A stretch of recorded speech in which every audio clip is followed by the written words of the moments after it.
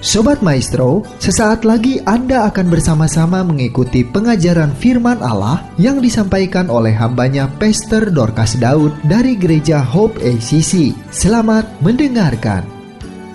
Filipi pasal yang kedua, ayat yang ke-10.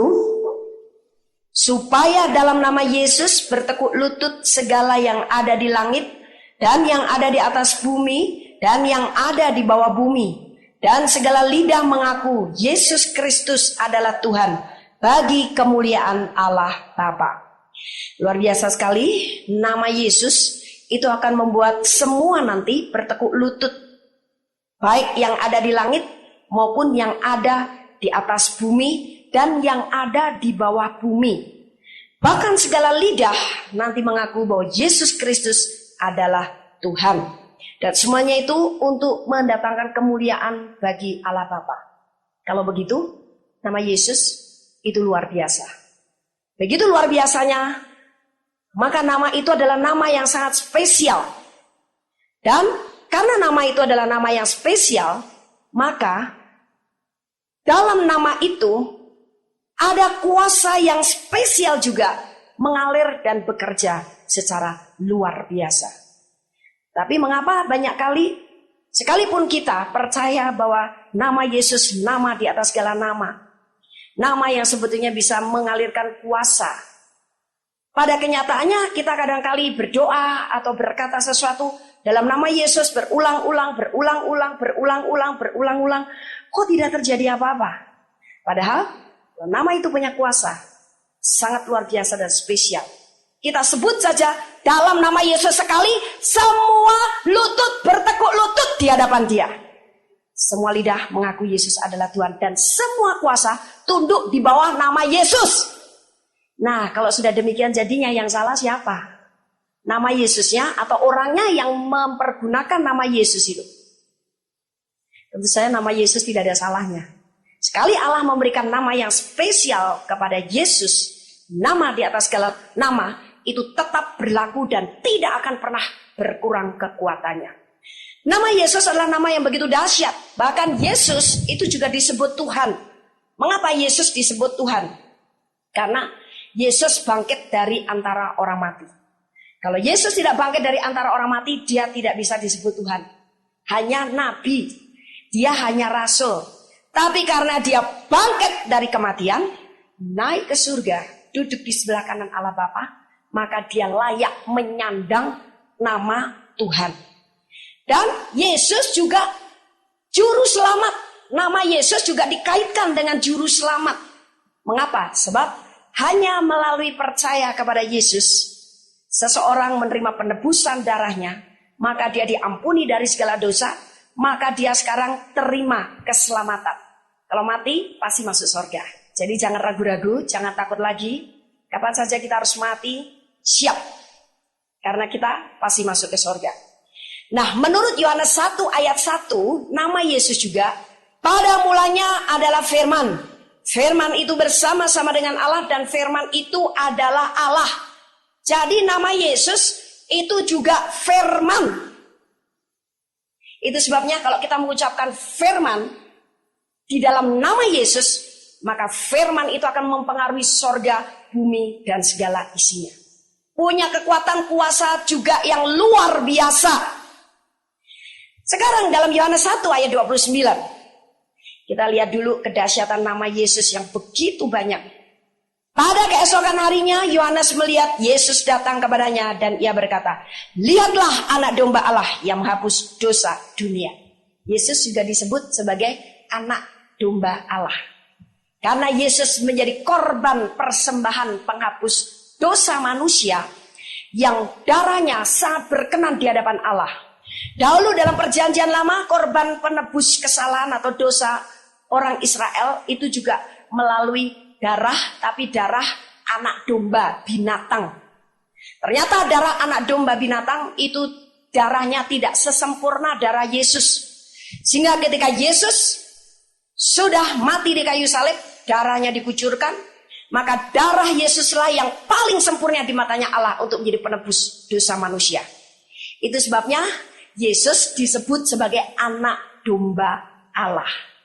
Nah, Yesus juga dikatakan sebagai roti hidup. Yohanes 6 ayat 35. Ini menarik sekali karena Yesus sendiri yang menyatakannya. Akulah roti hidup. Kata Yesus kepada mereka, akulah roti hidup. Barang siapa datang kepadaku, ia tidak akan lapar lagi. Dan barang siapa percaya kepadaku, ia tidak akan haus lagi. Kalau Yesus adalah roti hidup, berarti kalau kita sudah percaya kepada Yesus, kita akan memiliki kehidupan. Bukan kematian, tapi kehidupan yang terus menerus. Yesus juga disebut sebagai Tuan di atas segala tuan huruf kecil. Dan juga Yesus dikatakan Raja di atas segala raja. Dalam Wahyu 17 ayat 14. Mereka akan berperang melawan anak domba. Tetapi anak domba akan mengalahkan mereka. Karena ia adalah Tuan di atas segala tuan. Dan Raja di atas segala raja. Mereka bersama-sama dengan dia juga akan menang. Yaitu mereka yang terpanggil, yang telah dipilih, dan yang setia. Luar biasa.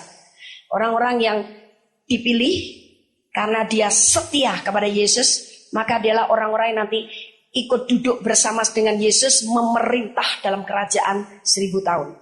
Tapi di sini masalahnya adalah Yesus disebut Tuan di atas segala tuan dan Raja di atas segala raja. Mengapa? Karena Yesus adalah pemenang. Jadi 2000 tahun yang lalu Yesus sudah dinyatakan sebagai pahlawan yang telah menang. Nah, kalau Yesus menjadi pahlawan yang telah menang, kita orang-orang percaya adalah lebih daripada pemenang. Karena kemenangan Yesus itu juga adalah kemenangan kita. Nah, jadi sekarang nama Yesus itu luar biasa dan begitu dahsyat. Sampai banyak sekali sebutan untuk satu nama Yesus saja. Begitu banyak. Nah, sekarang bagaimana dia bisa mendapatkan nama yang begitu banyak dan begitu dahsyat. Sampai namanya itu punya kuasa yang luar biasa. Dalam Filipi 2 ayat 8-11. Dan dalam keadaan sebagai manusia, ia telah merendahkan dirinya dan taat sampai mati. Bahkan sampai mati di kayu salib. Itulah sebabnya Allah sangat meninggikan dia dan mengaruniakan kepadanya nama di atas segala nama. Supaya dalam nama Yesus bertekuk lutut segala yang ada di langit dan yang ada di atas bumi dan yang ada di bawah bumi. Dan segala lidah mengaku Yesus Kristus adalah Tuhan bagi kemuliaan Allah Bapa. Jadi Yesus mendapatkan nama yang begitu dahsyat. Nama yang banyak dan nama banyak itu akan membuat semua lidah mengaku dia adalah Tuhan. Semua lutut bertelut kepada dia. Itu kuncinya apa saudara? Dari Filipi 2 tadi, ketaatan. Yesus diberi kepercayaan nama yang begitu luar biasa oleh Allah Bapa karena dia taat. Taat sampai mati di kayu salib, melakukan kehendak Allah yang sempurna. Saya percaya kalau pada waktu itu Yesus tidak taat melakukan kehendak Allah yang sempurna, Allah tidak akan mempercayakan nama yang begitu hebat, dahsyat, berkuasa kepada Yesus. Allah masih bisa memberikan kepada yang lain. Karena Allah tidak kekurangan cara untuk membuat rencananya terjadi atas dunia ini, atas umat manusia. Tapi karena Yesus taat walaupun untuk melakukan ketaatan ini, dia harus merendahkan dirinya. Mengambil rupa sebagai seorang hamba. Dan dia mampu melakukannya. Dia mampu melakukannya, merendahkan diri, mengambil rupa sebagai seorang hamba. Karena dia mau mengosongkan dirinya. Bagaimana Anda dan saya bisa menjadi seorang Kristen yang taat sampai mencapai garis finish kalau kita mengosongkan diri. Selama kita tidak mau mengosongkan diri, kita mengikuti kemauan hati kita, kita masih menjadi orang Kristen yang egois, kita masih menjadi orang Kristen hidup di dalam daging, hidup di dalam jiwa, kita tidak akan pernah bisa taat kepada Allah. Yesus memberikan teladan yang luar biasa. Dia mau mengosongkan dirinya supaya taat. Dan ketaatannya mendatangkan upah. Barang siapa mau taat kepada Allah, dia akan diberi upah yang luar biasa oleh Allah. Apa upah ketaatan? Berkat. Sebab ketaatan mendatangkan berkat, tapi ketidaktaatan mendatangkan kutuk. Begitu banyak orang Kristen menghadapi masalah yang terus-menerus berganti-ganti. Seakan-akan sudah jatuh tertimpa tangga. Baru jatuh sekali saja belum sempat bangun sudah ditimpa oleh tangga. Tentu itu bukan karena Allah sedang menguji imanmu. Juga bukan karena Allah menghukum engkau, tapi karena ada ketidaktaatan yang dilakukan oleh orang Kristen. Sehingga membuat iblis mempunyai peluang untuk menghancurkan hidup kita, untuk menggilas kita, untuk menekan kita, untuk membinasakan kita.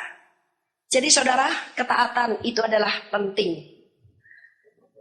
Yesus mampu taat kepada Allah Bapa karena dia sangat mempercayai Allah Bapa. Sehingga apapun yang harus dia lakukan untuk bayar harga demi ketaatan, dia rela. Kalau kita mengenal Allah dengan baik, kita berani bayar harga untuk taat kepada Allah. Nah, Yesus berani bayar harga untuk supaya dia bisa taat kepada Allah Bapa. Dia singkirkan egonya, dia singkirkan kehendaknya sendiri, dia singkirkan kemauannya karena dia tahu persis dia adalah milik Allah Bapa 100%. Dan dia diberi tugas oleh Allah Bapa untuk melaksanakan rencananya. Itu sebabnya Yesus mau bersikap taat. Walaupun untuk bersikap taat, dia harus bayar harga. Nah, apa harga yang dibayar oleh Yesus? Ternyata harga yang dibayar oleh Yesus supaya dia bisa taat kepada Allah Bapa adalah dia menjalin hubungan yang terus-menerus sebelumnya dengan Allah. Dan hubungan yang semakin akrab, semakin intim, semakin menyatu inilah yang akan mendatangkan pengenalan satu dengan yang lain. Membuat Yesus begitu kenal akan Bapaknya, kenal akan Allahnya. Itu sebabnya dia rela taat kepada dia. Bagaimana Anda dan saya bisa taat kepada Allah, taat kepada Yesus, taat kepada firman-Nya? Kalau kita menjalin hubungan yang terus-menerus dengan mereka. Kalau kita tidak pernah menjalin hubungan terus-menerus dengan mereka, kita tidak akan pernah bisa taat. Hubungan pribadi kita dengan mereka bukan hanya pada hari Minggu, pada waktu kita kebaktian, atau ikut seminar-seminar. Seminar inilah, seminar itulah, tidak. Tapi setiap saat.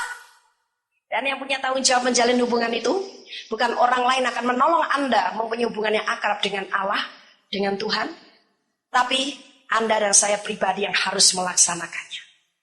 Orang lain paling hanya sekedar mengingatkan, orang lain paling hanya sekedar mendorong hatimu untuk kemauannya diarahkan ke sana. Tapi tindakan berikutnya harus Anda yang ambil keputusan. Oke, saya mau bergaul karib dengan Allah. Saya mau bergaul karib dengan Tuhan. Saya mau betul-betul mengenal mereka.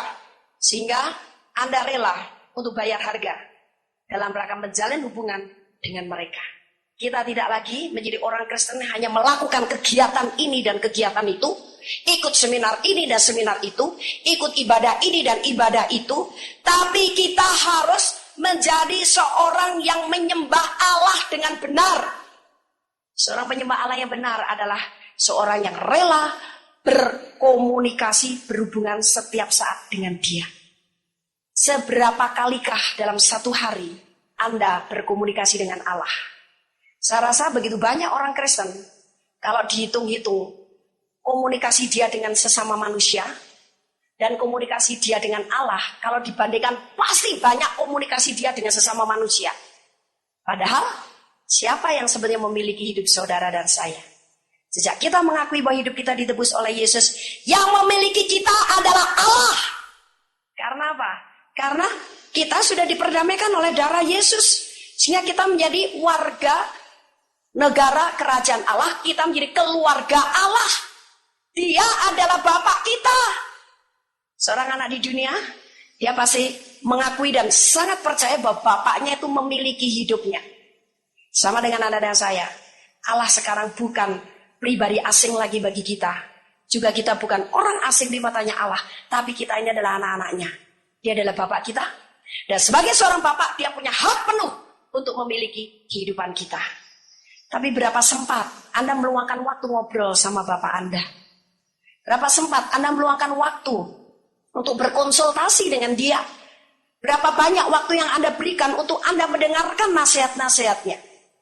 Mendengarkan pengajarannya secara khusus dan spesial. Bahkan mengikuti teguran-tegurannya. Banyak orang-orang Kristen, imannya menyembah kepada Allah atau kepada Tuhan Yesus terhenti kepada sosok seorang hamba Tuhan.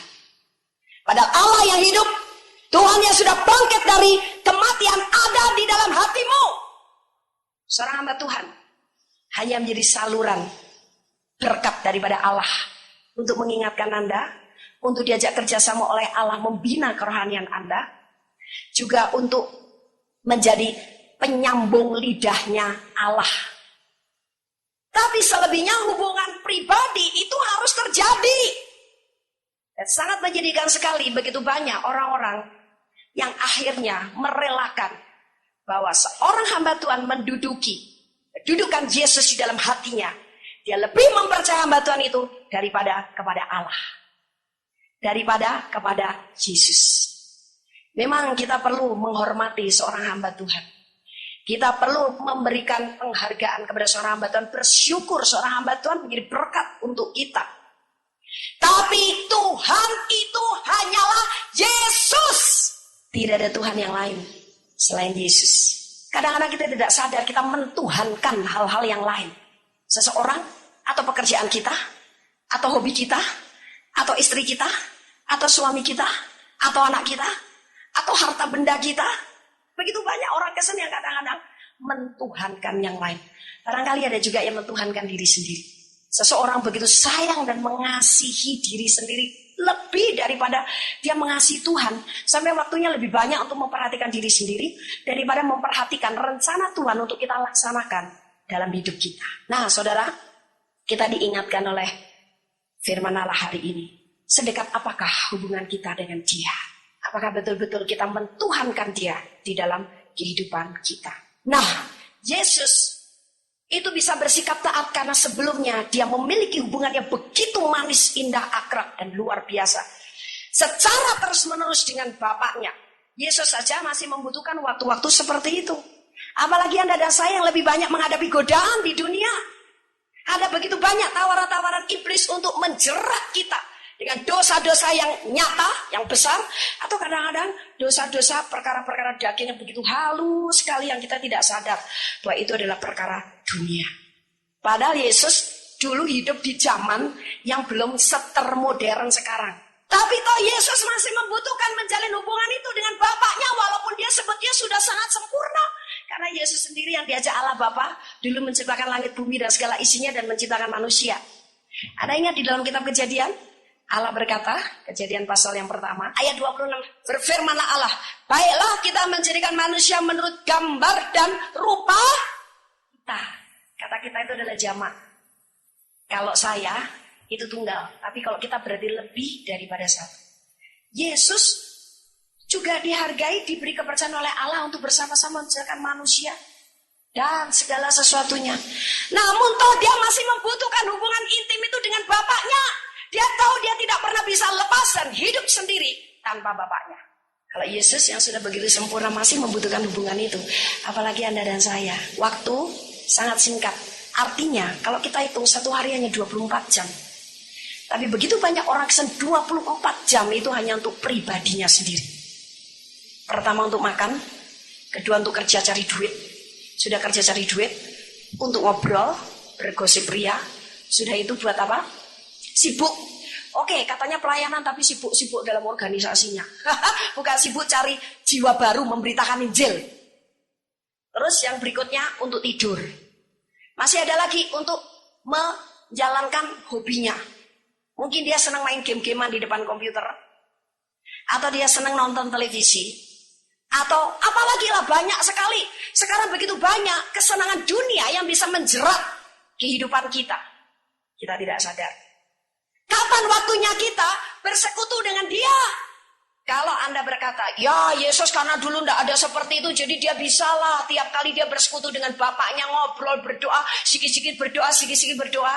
Nanti dulu, Yesus juga punya kesibukan yang luar biasa. Bayangkan saja, setiap kali Yesus di mana saja berada, selalu dia dikerumuni begitu banyak orang. Bukan hanya puluhan, bukan hanya ratusan, tapi ribuan orang. Ada ingat, Yesus pernah berkhotbah didatangi 5.000 orang, pernah, 4.000 orang pernah, bahkan sampai Yesus harus melakukan mujizat untuk memberi makan mereka, karena begitu banyak orang yang datang berduyun-duyun kepada dia, di mana saja dia berada selalu dikerubuti oleh banyak orang dan banyak orang yang begitu banyaknya masalah yang terjadi dalam hidup mereka. Anda bayangkan, Yesus juga repot. Yesus juga sibuk. Tapi Yesus tahu diri. Sesibuk apapun, aku harus punya waktu bersekutu dengan ayahku. Jadi kita tidak bisa mengambil satu alasan. Habis saya sibuk sih. Saya juga ibu rumah tangga, harus kerja, cari duit. Sudah sampai rumah, harus bersih rumah, ngurus anak. Karena bapaknya anak-anak ini tidak tahu diri. Waktu zaman Yesus serta zaman sekarang sama. Satu hari hanya 24 jam. Belum pernah Allah mengurangi waktu itu satu hari jadi 18 jam. Atau ditambah menjadi 28 jam. Tidak pernah. Tetap 24 jam. Tapi Yesus kenapa bisa bagi waktu, Anda dan saya tidak? Nah, di sini perbedaannya. Karena banyak orang Kristen tidak mau bayar harga. Menjalin hubungan dengan Allah Bapa. Rasanya menjalin hubungan dengan Allah Bapa cukup saat teduh pagi hari sajalah. Atau mau tidur sisa waktu untuk Tuhan. Sesudah seharian capek mengerjakan ini dan mengerjakan itu.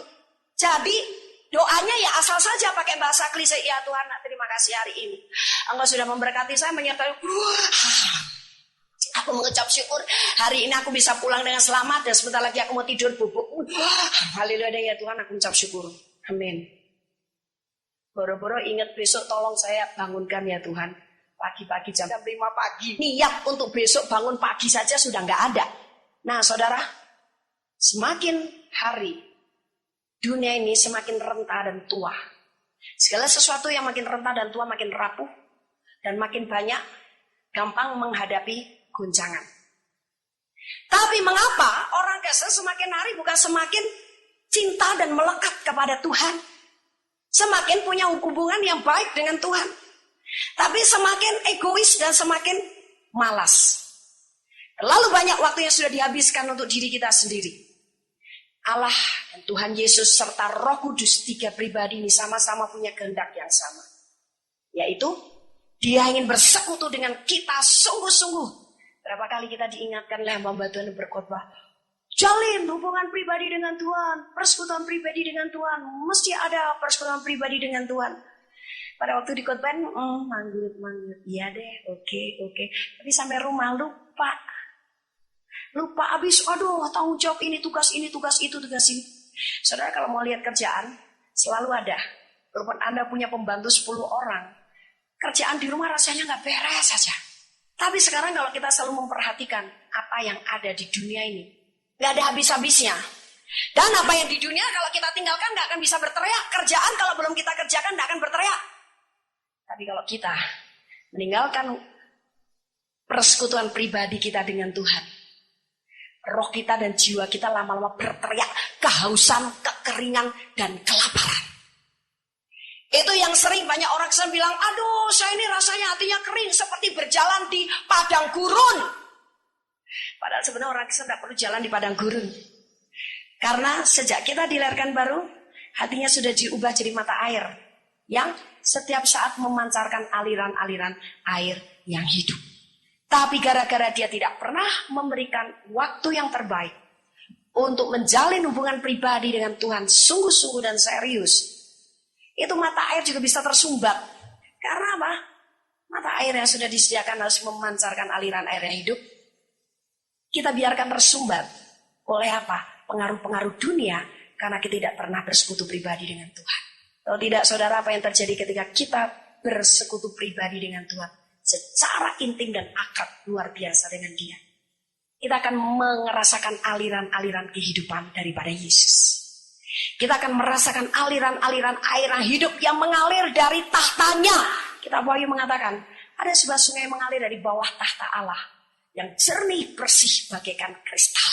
Nah, kapan itu kita nikmati sampai kita minum, kita mandi di situ, kita berendam di situ.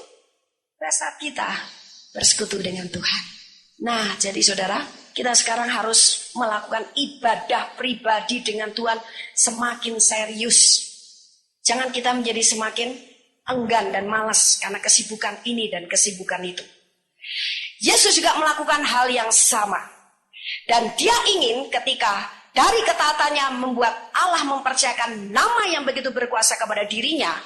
Sekarang orang-orang yang sudah ditebus oleh darahnya dan percaya kepada Dia, kita punya hak untuk menggunakan nama Yesus atau namanya itu, sehingga membuat kita menjadi orang-orang yang berkuasa. Sekali doa dalam nama Yesus terjadi. Sekali usir setan berkata dalam nama Yesus, setan kabur. Sekali baca firman dan kau mengklaim satu kebenaran firman dalam nama Tuhan Yesus, firman ini terjadi pada saya. Terjadi. Yesus ingin seperti itu. Itu sebabnya dia menteladani. Taat dulu supaya dia memperoleh nama yang berkuasa itu. Anda dan saya tinggal menikmatinya. Dia rela bayar harga melakukan hubungan terus-menerus dengan Allah Bapa. Kita harus mempercayai betul-betul bahwa nama Yesus itu nama berkuasa. Yang membuat kalau kita sebut sekali saja nama Yesus dalam doa, atau menghardik setan, atau menyembuhkan orang sakit, bisa terjadi kuasa yang luar biasa. Tapi Roh Kudus tetap meyakinkan, iya, iman kepada nama Yesus, nama yang berkuasa, nama di atas segala nama itu harus ada. Tapi sekarang masalahnya adalah, ini obrolan saya dengan Roh Kudus ya. Tapi sekarangnya adalah Roh Kudus, bagaimana supaya setiap orang Kristen itu bisa punya iman yang sesempurna itu gitu. Pasti Anda kalau ditanya, percaya nama Yesus, nama di atas segala nama, semua bilang ya toh. Tapi kalau ngomong bolak-balik dalam nama Yesus, kok tidak terjadi sesuatu, ayo. Dalam nama Yesus kembung keluar, dalam nama Yesus kembung keluar, kembungnya tetap di situ. Nah, saya tuh tanya sama Roh Kudus, kenapa sekarang ini kuncinya di mana supaya kita bisa punya iman yang sempurna bulat ya. Sekali ucap dalam nama Yesus, waduh, kuasanya luar biasa. Ngomong apa saja pasti jadi. Asal jangan ngomong yang buruk. Nama Yesus jangan dipakai untuk hal yang buruk. Tapi nama Yesus dipakai untuk hal yang mempermuliakan Allah Bapa. Ingat tadi bahwa Allah memberikan nama di atas segala nama kepada Yesus untuk memuliakan Dia, kata kitab Filipi pasal 2 ayat yang ke-12. Nah, ternyata Roh Kudus itu mengajar saya, menjabarkan kepada saya, dan saya tuang dalam khotbah ini. Bagaimana supaya kita bisa memiliki iman yang betul-betul sempurna, bahwa nama Yesus itu, nama di atas segala nama, punya kuasa yang hebat, dahsyat, dan luar biasa. Sehingga kita tidak perlu latah mengucapkan nama Yesus berkali-kali. Yang pertama adalah seperti Yesus, Dia diberi nama di atas segala nama oleh Allah Bapa karena Dia taat, dan Dia bisa taat karena Dia melakukan hubungan pribadi yang terus-menerus dengan Allah Bapa, sehingga Dia kenal betul dengan Allah Bapa. Begitu juga dengan kita. Kita harus memiliki hubungan pribadi yang membuat kita mengenal satu sama lain, sehingga hubungan kita dengan Yesus adalah hubungan yang sangat akrab. Kalau Yesus tentu saja sangat mengenal kita. Semua orang yang sudah percaya ditebus darah Yesus sangat dikenal oleh Yesus. Tapi kita yang banyak sekali tidak mengenal Dia dengan baik. Mengenalnya hanya melalui khotbah orang lain. Mengenalnya hanya melalui dengar kaset. Mengenalnya hanya melalui ibadah di gereja. Tapi bahwa Anda sampai mengenal Dia secara pribadi, karena kau menjalin hubungan terus-menerus dengan Yesus, itu jarang sekali terjadi pada orang-orang Kristen. Nah, akibatnya ketika kita tidak memiliki hubungan yang akrab terus-menerus dengan Yesus sampai kita mengenal Dia dengan baik, kepercayaan kita kepada Dia itu juga tidak maksimal. Jadi bagaimana Anda bisa sangat mempercayai Yesus sampai namanya Anda begitu yakin kalau Anda kenal Dia dengan baik. Dan pengenalan ini ditandai dengan apa? Pergaulan yang terus-menerus. Kalau tidak ada pergaulan, mustahil seseorang bisa mempercayai orang lain. Nah, jadi saudara, jadilah hubungan yang baik dengan Yesus. Jangan hanya kalau mau makan tidak lupa berdoa. Jangan hanya kalau hari Minggu datang ke gereja. Jangan hanya karena ikut seminar, semua pengajarannya, aduhai, luar biasa. Tapi sudah itu Anda tidak membina, tidak memelihara hubungan pribadi dengan Tuhan. Seminar bagusnya kayak apapun, amblas semuanya. Coba aja kalau tidak percaya, praktekkan. Anda boleh mendengar, mengikuti pengajaran hamba-hamba Tuhan luar biasa sampai pergi ke Amerika barangkali mengikuti Morris Hirolo. Sekalipun kita mengikuti hal seperti itu saudara. Tapi kalau kemudian selebihnya hidup Anda sehari-hari tidak menjalin hubungan pribadi dengan Yesus, itu semuanya sia-sia. Jadi harus Anda pelihara dengan bergaul kepada Yesus, bergaul dengan Yesus sampai sangat akrab, sangat akrab, sangat akrab. Sesibuk apapun engkau punya tugas ini dan tugas itu. Dan saya rasa bergaul dengan Dia tidak terlalu sulit ya, sebab kita tidak perlu membutuhkan. Kita di belakang meja kerja kita saja, Kita bisa bergaul dengan dia. Karena apa? Yesus tidak jauh daripadamu. Yesus ada di dalam hatimu. Nah, jadi saudara, jalin hubungan yang makin akrab dengan Yesus. Hubungan yang akrab ini dengan cara bagaimana? Bersekutu secara teratur.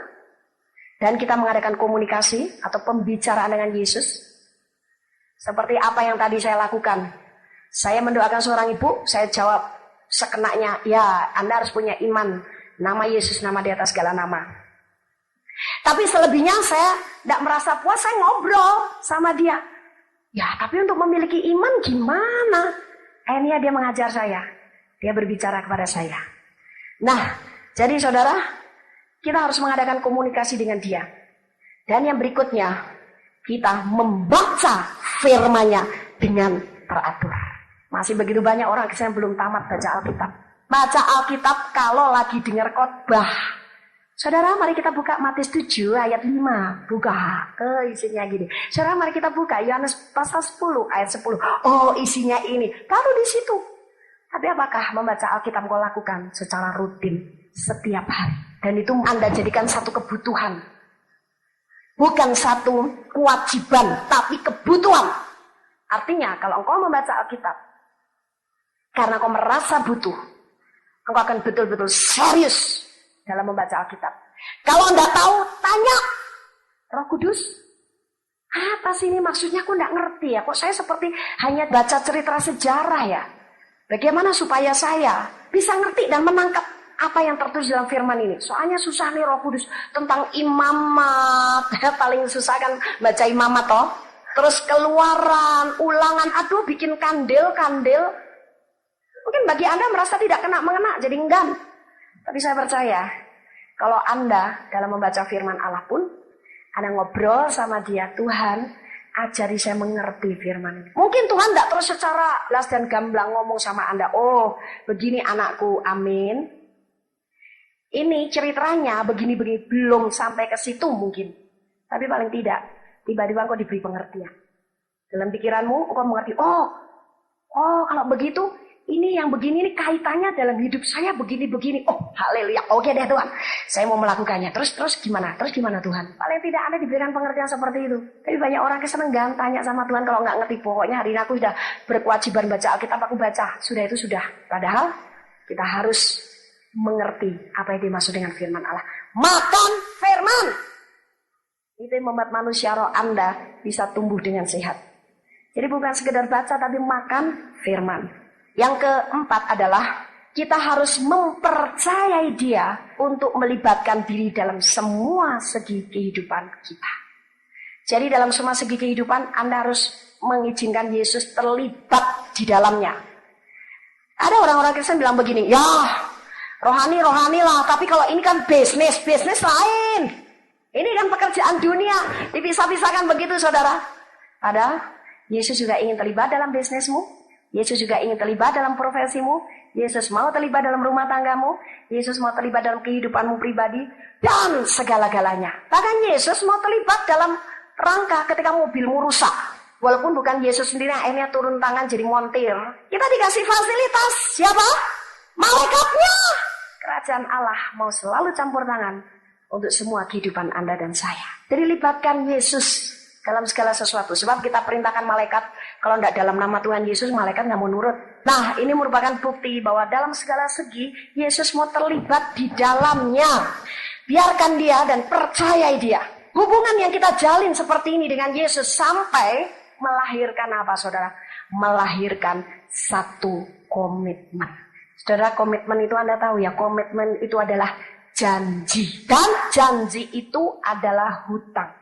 Kalau kita tidak bayar janji, berarti kita berhutang. Begitu banyak orang Kristen yang enggan untuk mengadakan komitmen. Kalau laki-laki perempuan masih berteman, memang tidak boleh mengadakan komitmen. Oh, kita komitmen ya, kamu calon istri saya, kamu calon suami saya. Jangan dulu. Kapan laki-laki perempuan akhirnya bisa diizinkan melakukan komitmen? Ketika dia sudah diberitahu oleh Tuhan untuk menikah. Karena Tuhan mengatakan masing-masing adalah jodohnya. Dan diteguhkan oleh seorang hamba Tuhan di hadapan Tuhan. Maka mereka boleh mengadakan komitmen. Boleh mengadakan komitmen. Tapi sekarang kita mengadakan komitmen dengan Yesus berarti kita berani berjanji. Dan setiap janji itu harus dibayar. Banyak orang Kristen enggan berkomitmen. Komitmen dengan gereja lokal saja enggan. Itu sebabnya menjadi jemaat burung. Padahal dalam kerajaan Allah ada satu kata komitmen. Dalam pemuridan saya sudah ajar. Ada satu kata komitmen. Yesus saja berkomitmen dengan Anda. Kalau Yesus tidak berkomitmen, sekali dia diundang masuk di hati, minggu depan dia bisa keluar. Aduh, aku gak kerasan tinggal di dalam hatinya Barnabas. Aku mau kabur ke tubuhnya Aminah. Apa Yesus seperti itu? Yesus berjanji dalam Wahyu 3 ayat 20. Dan aku makan bersama-sama dengan dia dan ia bersama-sama dengan aku kapan selama-lamanya. Yesus memberikan contoh berkomitmen, tapi orang Kristen begitu merasa sombong rohaninya karena sudah karismatik dan dipimpin roh, merasa dirinya tak perlu berkomitmen. Saya percaya kalau Tuhan yang Yesus adalah Tuhan yang konsekuen. Dia tidak akan pernah mencari sekarang bilang, jangan pernah kita memakai nama Tuhan untuk hal-hal yang sebetulnya keinginan dari hati kita sendiri. Sungguh saudara, saya diberikan beban oleh Roh Kudus untuk meluruskan kehidupan kerohanian secara karismatik. Orang-orang Kristen karismatik seperti ini. Nah, sebenarnya kata Tuhan, sebenarnya kata Roh, saya juga dengar suara Tuhan, saudara. Saya juga dengar suara Roh. Tapi bukan saya mudah mengobrol janji. Dia punya Tuhan di dalam hatinya. Dia punya Roh Kudus dalam hatinya. Kalau ada apa-apa, Roh Kudus pasti akan berbicara kepada dia. Bagian saya mendoakan, oh Tuhan, silakan kau berbicara kepada Henry. Walaupun suatu saat mungkin tidak mustahil Tuhan akan berbicara kepada saya tentang dan sebagainya. Tapi itu pun saya percaya kalau Tuhan sampai berbicara kepada saya saking sibuknya sampai tidak punya waktu dia ngobrol sama Tuhan. Suatu kali saudara, di tengah perjalanan dari Jakarta ke Bandung, saya tiba-tiba dikontak sama Tuhan. Kamu nanti datengin ya keluarga ini. Kenapa? Saya kenal keluarga itu punya bisnis yang dulunya sebagai orang Kristen cukup diberkati. Lagi jatuh. Loh kok jatuh? Kalau jatuh pasti ada penyebabnya Tuhan. Iya. Itu ada ketidakrukunan di dalam keluarga itu. Kakak dan adik diam-diaman sudah 3 bulan. Oh oke. Kalau begitu saya harus ke sana. Nah akhirnya saya ke sana. Terus begitu saya ke sana, saya bilang gini ya, maaf saya waktunya tidak banyak, jadi saya tidak basa-basi. Ya dia senang saya datangi, lama tidak ketemu dengan saya. Saya kenal betul keluarga itu. Saya cuma mau membereskan keluarga di sini. Dalam perjalanan saya pulang dari Jakarta ke Bandung, itu Tuhan berbicara kepada saya. Keluarga di sini lagi mengalami kejatuhan dalam soal keuangan. Oh iya, betul Bu. Nah itu kita juga bingung, padahal tiap minggu kita juga ke gereja perpuluhan kami setia. Tapi kenapa begini katanya kalau perpuluhan setia? Bawa ke rumah perbendaraan, maka tingkap-tingkap langit akan dibuka dan Tuhan akan mencurahkan berkat yang luar biasa. Bahkan belalang pelahap akan diusir. Tapi mengapa kami kesulitan uang? Tuhan berbicara kepada saya, ini ada 2 orang anakmu yang diem-dieman sudah 3 bulan. Sedangkan firman Allah dalam Mazmur 133 ayat 1-3. Sungguh alangkah baiknya dan indahnya apabila saudara-saudara diam bersama dengan rukun. Seperti minyak yang baik di atas kepala meleleh ke janggut, yang meleleh ke janggut Harun dan ke leher jubahnya. Seperti embun gunung Hermon yang turun ke atas gunung-gunung Sion. Sebab kesanalah Tuhan memerintahkan berkat kehidupan untuk selama-lamanya. Jadi kapan berkat diperintahkan mengalir dan turun? Ketika saudara-saudara diam dengan rukun. Bagaimana berkat tercurah dalam satu keluarga atau satu rumah tangga? Kalau masing-masing anggota keluarga itu hidup di dalam kerukunan. Tapi kalau ada percekcokan, perseteruan, jengkel menjenggeli, saling jengkel atau tengkar terus orang tua atau anak dengan anak seperti keluarga itu, kakak adik sampai diem-dieman, maka disitu berkat menjadi terhambat. Mamanya yang, oh jadi anak saya yang nomor 1, nomor 2 yang diem-dieman. Iya, waduh kok kami sampai nggak tahu loh. Tadi sibuk bisnis, saya bilang, ya tapi waduh luar biasa sekali loh Bu Tuhan, ya memang saya berterima kasih. Tapi kenapa ya kok Tuhan tuh gak ngomong sama kami gitu loh, kok ngomongnya sama ibu gitu loh. Coba Tuhan ngomong sama kami lama-lama, udah lama begitu karena ini kan mereka mengalami kemerosotan keuangan itu udah lama. Coba Tuhan ngomong di antara kami melakukan kesalahan dan Tuhan bicara kepada kami, pasti kami tidak akan separah ini mengalami kesulitan keuangan. Saudara, Tuhan akan berbicara melalui orang lain ketika kita tidak pernah memberikan waktu untuk berbicara kepada kita. Itu sebabnya supaya setiap saat kita dikontrol kehidupannya oleh Tuhan sehingga kita tidak menyeleweng, tidak menyimpang terlalu jauh sehingga kita mengalami akibatnya. Berikan waktu untuk Tuhan setiap kali berbicara. Aduh, saya nggak bisa dengar suara Tuhan. Bisa. Karena Tuhan bukan hanya berbicara dalam hati kita. Kadang-kadang dia memberikan pikiran yang spontan. Oh iya, ini saya sakit karena saya jengkel sama suami. Kadang-kadang pikiran seperti itu. Kadang-kadang juga melalui teguran firman. Ketika kita baca firman, firman itu seperti persis dikhususkan buat kita. Kalau kita sudah peka, memang kita akan setiap saat kita mendengar dia berkata-kata di hati kita, atau dia berbicara dengan keras dan sebagainya. Bahkan ada banyak anak-anak Allah yang dia didatangi oleh Tuhan sendiri, atau kadang-kadang Tuhan kirim malaikatnya memberikan pesan-pesan tertentu. Itu bisa. Tapi kalau belum bisa sampai ke taraf itu, jangan kecil hati dan kemudian begitu banyak cara Tuhan mau berbicara kepada kita, namun kita tidak pernah memberikan kesempatan kepada Dia. Kadang-kadang juga kita sudah terjorong hatinya, aduh aku nih mesti mengampuni nih, aduh aku mesti rajin perpuluhan ini, perpuluhan tak curi terus, aku tidak pernah bawa perpuluhan ini ke dalam gereja Tuhan. Sepertinya kadang-kadang Tuhan sudah ngomong di hati kita, tapi kita cuekin, kita abaikan. Akibatnya kita semakin merasa jauh daripada Tuhan. Nah, jadi sekarang kalau Yesus dengan setia tinggal dalam hatimu, lekatkan hatimu kepada Dia. Jangan lekatkan kepada yang lain. Bukan berarti kita di rumah tidak perlu punya televisi. Bukan berarti kita tidak perlu belanja ke supermarket. Tuhan selalu mau dekat dengan kita. Tapi kadang-kadang kita mengabaikan keberadaannya. Itu namanya menjauh daripada Tuhan. Untung Tuhan itu panjang sabar. Tapi juga panjang sabarnya Tuhan menghendaki sesuatu harus dihasilkan loh dari kita. Kalau enggak, tebal. Satu perumpamaan seorang tuan ngelihat-lihat pohonnya yang ditanam, dia pengen menemukan buahnya, enggak ketemu buahnya. Langsung dia suruh kepada pelayannya, tebang nih pohon, enggak pernah berbuah. Si pelayan nangis, aduh Tuan, tolong dong tunggu dulu 1 tahun lagi coba ya, nanti saya garap lagi tanahnya, saya kasih pupuk lagi, saya siramin. Barangkali 1 tahun dia bisa menghasilkan buah. Dari permintaan rengekan pelayannya, baru tuan ini hatinya berbelas kasihan, ya sudahlah saya tunggu setahun lagi, tapi kalau setahun nggak berbuah tak tebang ya. Satu lagi bukti bahwa memang Tuhan panjang sabar, tapi bukan berarti untuk membuat kita jadi orang yang malas dan bandel. Tuhan sabar aja, masih mau nunggu saya, masih mau berbelas kasihan. Ketika Yesus menemukan pohon ara, dia ingin mendapatkan buahnya, dia tidak temukan, apa yang dia lakukan? Dikutuk, jadilah kering dan tidak berbuah selama-lamanya. Besoknya itu pohon ara langsung kering, daun-daun batangnya sampai akar-akarnya menjadi kering. Nah, jadi saudara, kasih kemurahan, belas kasihan dan kesabaran Yesus jangan disalahgunakan. Kita harus tetap memacu diri kita, semakin bersemangat, bergairah dan rajin, tekun dengan Yesus. Sekarang kita harus berani melakukan komitmen. Sampai komitmen ini seperti perjanjian yang dilakukan oleh suami istri. Artinya perjanjian dilakukan oleh suami istri itu kan terus setia. Bahkan kalau suaminya masih hidup, ini tidak boleh bercerai. Istrinya masih hidup juga tidak boleh bercerai. Dan tidak boleh kawin lagi sama yang lain. Kalau sampai telanjur bercerai, si istri tidak boleh kawin sama yang lain. Kalau kawin sama pria lain, berzina. Si suami tidak boleh menikah dengan perempuan lain. Kalau dia menikah dengan perempuan lain, berzina. Dan sebagainya dan sebagainya. Begitu juga komitmen kita dengan Yesus. Mengapa saya gambarkan seperti suami istri? Yesus sendiri menyatakan kepada kita, dia adalah mempelai pria kita. Dan kita ini pengantin perempuannya.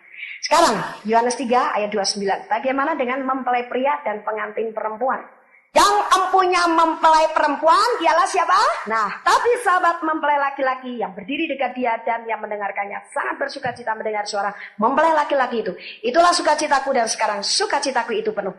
Tapi yang saya ambil adalah 29a. Yang empunya mempelai perempuan ialah mempelai laki-laki. Berarti yang punya hak memiliki Anda seutuhnya itu adalah Yesus sebagai mempelai laki-laki kita. Sama seperti suami di dunia. Ini kalau hubungan suami istri benar ya di dunia secara Alkitab. Yang empunya istri siapa? Suami. Makanya istri tunduklah kepada suamimu seperti kepada Tuhan. Diibaratkan seperti Sarah kepada Abraham. Menyebut Abraham suaminya sebagai tuannya. Kalau kita sekarang istri-istri itu adalah milik suami, berarti sekarang istri itu adalah dimiliki oleh suami, dan suami serta istri itu adalah satu. Sama dengan kita dan Yesus. Karena kita adalah mempelai atau pengantin perempuannya, kita dimiliki oleh Yesus sebagai mempelai laki-laki. Kita ini adalah satu dengan Yesus. Karena suami istri adalah satu, itu sebabnya masing-masing punya hak yang sama. Anda sekarang punya hak untuk pakai nama itu. Jadi Anda percaya kalau Anda punya hak pakai nama itu, Anda sebut nama itu sekali, pasti kuasa itu langsung mengalir dan bekerja. Jadi bangga sebut nama itu, jangan tiap hari dalam nama Yesus, dalam nama kepijak kecoa aja, dalam nama Yesus. Latah. Saya percaya kebanggaan kita mempergunakan hak kita dengan nama Yesus itu akan menumbuhkan iman Anda. Karena sesuatu yang kita pergunakan dengan hati yang bangga, itu membuat kita percaya. Jadi sekarang kalau berdoa, ya doa buat Indonesia, doa buat suami, sekali tutup dalam nama Tuhan Yesus. Saya sudah berdoa. Sudah percaya doamu terjawab dan terkabul. Tidak perlu bolak-balik. Tutup dalam nama Yesus kalau doa Anda kepada Allah Bapa. Kalau doa Anda langsung kepada Tuhan Yesus. Tuhan Yesus, aku mengucap syukur hari ini. Karena hari ini aku tahu pelayananku akan berhasil memuliakan namamu. Aku akan datang ke rumah sakit, ada orang yang sudah masuk ICU karena kanker, dan aku sembuhkan dalam namamu, dia sembuh. Terima kasih. Haleluya. Amin. Tapi kalau Anda berdoa sama Allah Bapa, hari ini saya mau ke rumah sakit Bromius. Saya percaya kalau saya tumpang tangan atas anak yang sakit itu, supaya terjadi kesembuhan, maka dia pasti sembuh. Dalam nama Tuhan Yesus Kristus. Haleluya Bapak, aku ucap syukur Engkau sudah mengabulkan doa saya. Boleh. Jadi doanya jangan rancu. Kalau Anda berdoa sama Allah Bapa, tutuplah dalam nama Yesus. Jadi saudara, kita harus tahu pengertian seperti ini supaya Anda betul-betul punya kuasa ketika mengucapkan nama Yesus. Sekarang, kalau Anda adalah pengantin perempuannya Yesus, Yesus memiliki segala sesuatu yang menjadi kekayaan Allah Bapa. Maka Anda juga punya hak memiliki segala sesuatu karena Anda sudah satu dengan Yesus. Jadi itu sebabnya yang digendaki oleh Yesus, hubungan pribadi dengan kita adalah seperti sebuah pernikahan. Kalau kita sekarang hanya menganggap dia sebagai pacar, akhirnya kalau kita butuh saja baru kita menyebut dia, ingat dia. Kalau kita menjadikan dia adalah suami kita, berarti kita akan menjadikan dia sebagai Tuhan di dalam hati kita. Yesaya 54 ayat 5. Suamimu ialah dia yang menjadikan engkau, Tuhan semesta alam namanya, yang menjadi penebusmu ialah yang Maha Kudus Allah Israel, yang ia disebut Allah seluruh bumi. Makin kau menjadikan Yesus sebagai suamimu, engkau juga makin akrab dengan suami di dunia. Sebagai pelajaran, itu sebabnya saudara, keluarga ini merupakan cerminan bagaimana hubunganmu dengan Kristus. Kalau hubungan antara suami istri adalah baik, maka hubungan kita dengan Kristus pasti sudah bisa dijamin baik. Tapi kalau hubungan suami istri tidak baik, hubungan dengan Kristus sama tidak baik. Walaupun Anda sebut-sebut nama Yesus dan mengaku orang Kristen. Yang berikutnya, Yohanes 1 ayat 12, ada satu janji yang luar biasa. Tetapi semua orang yang menerimanya diberinya kuasa supaya menjadi anak-anak Allah, yaitu mereka yang percaya dalam namanya. Ada terjemahan yang lebih gamblang lagi artinya. Di situ dikatakan semua orang yang menerimanya diberi kuasa. Kuasa di sini artinya adalah otoritas. Demikianlah firman Tuhan yang berkuasa telah kita dengar bersama-sama, dan kami percaya Anda sangat diberkati. Bagi yang membutuhkan pertumbuhan iman dan pelayanan lebih lanjut, Anda dapat menghubungi kami dan beribadah bersama dengan kami setiap hari Minggu di Gereja Hope ACC di ACC Center, Jalan Mekar Utama, nomor 31, lantai 3 Kompleks Mekarwangi, Bandung, pada jam 8.30.